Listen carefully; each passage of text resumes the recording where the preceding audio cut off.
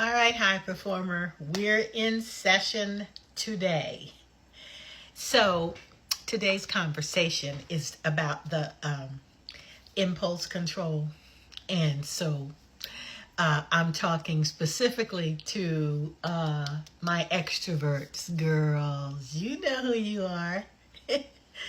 Because introversion is less aligned with impulsivity than extroversion is, right? So let me explain to you that an extrovert is describing the way you communicate. So your communication style is extroversion.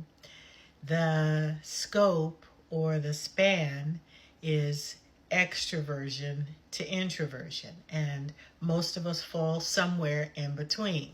Now, this is how you know where you are. If you talk to strangers at the gas station and in the elevator, girl, your ass is an extrovert. Okay. And to explain it more simply, extroverts speak in order to think.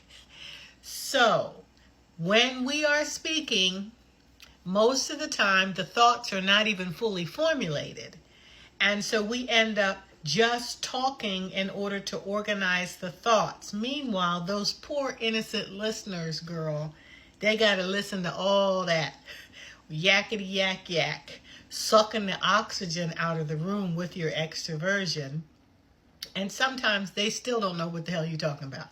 And that's because you have to speak in order to organize your thoughts.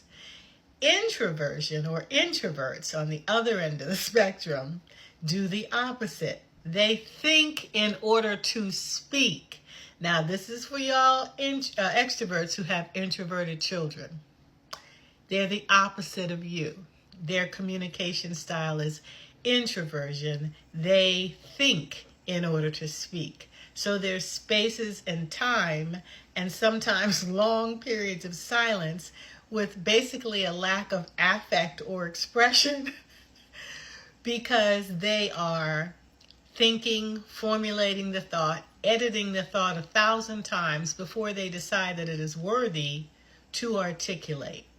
So they are thoughtful and reflective, which is a different way of thinking about them that I think that you currently do, because our society is really biased and negatively tropes introverts. But yeah, they're more introverted, reflective, introspective.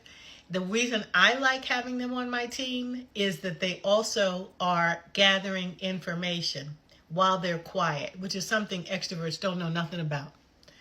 The thing is, you cannot listen and speak simultaneously. So if you run in your damn mouth, then whatever is happening in the room is not being picked up on your radar because you are so busy trying to formulate a thought and being lulled by the sound of your own voice that you're missing all of the nonverbal data that the introverts are picking up, right?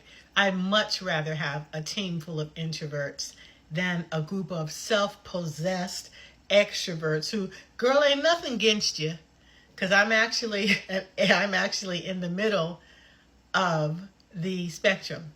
So, and that's ambiversion. Ambiverts can either speak or shut the hell up with no discomfort either way. So your extroversion is when you're comfortable speaking in the public and in front of strangers. You know you're more of an extrovert.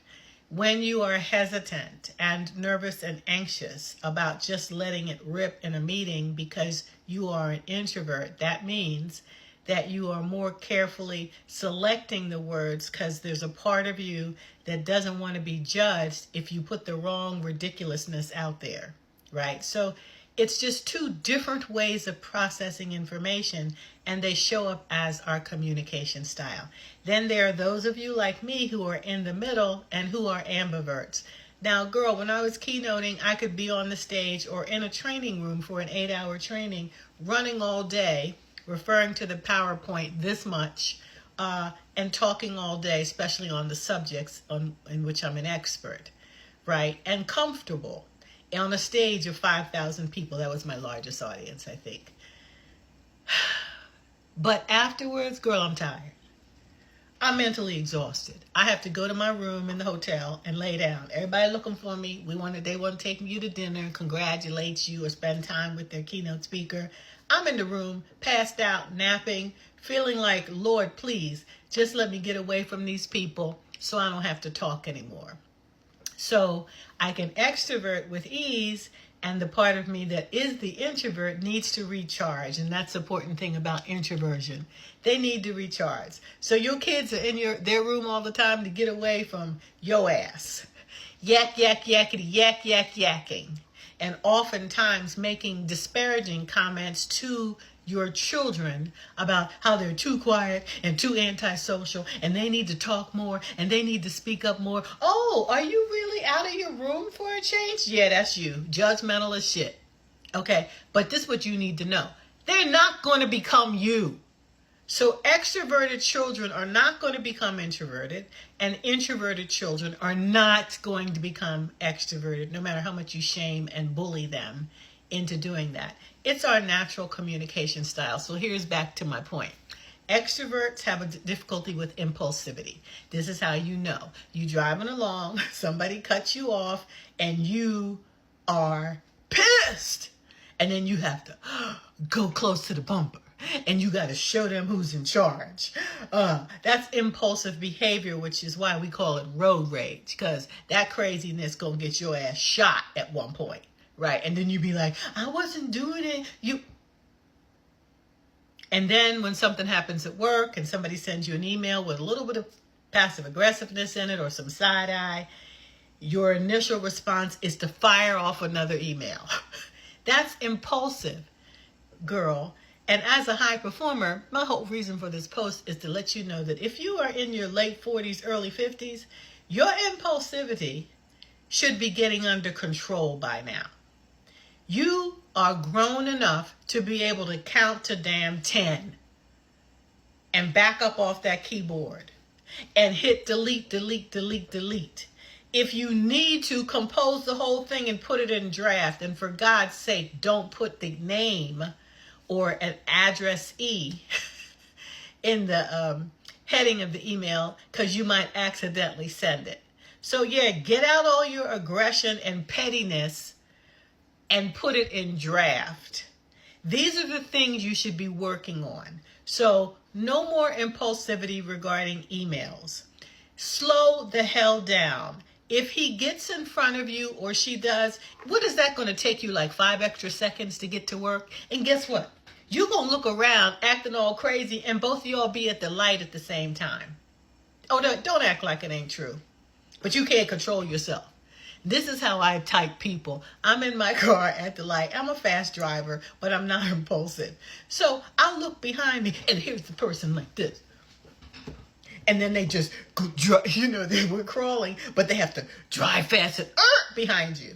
And there's and ain't nobody going nowhere. We're in a traffic jam. Or you'll see them dodging in and out of traffic. Impulse control. And I know when I have an impulse control person behind me, that's when I'm likely to be hit. Especially if your impulse control gets in the way of you staying off your damn phone while you're driving.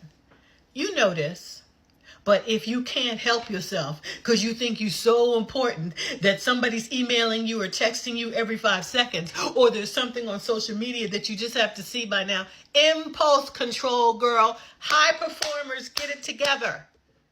You should be able to exercise a modicum of impulse control if you are a high performer. Because if you don't, you already will have been fired a couple of times because of your lack of impulse control. They did something, you should have shut the hell up and been quiet so you could keep a paycheck. Oh no, but you had to do something. And the next thing you know, you was terminated. So I'm just here to encourage you. By your midlife, your ass should be able to calm down and count to 10 and be rational and pragmatic instead of focusing or relying on your habit of impulse control. Girl, are you understanding me? Because if not, I'll be back tomorrow. Bye.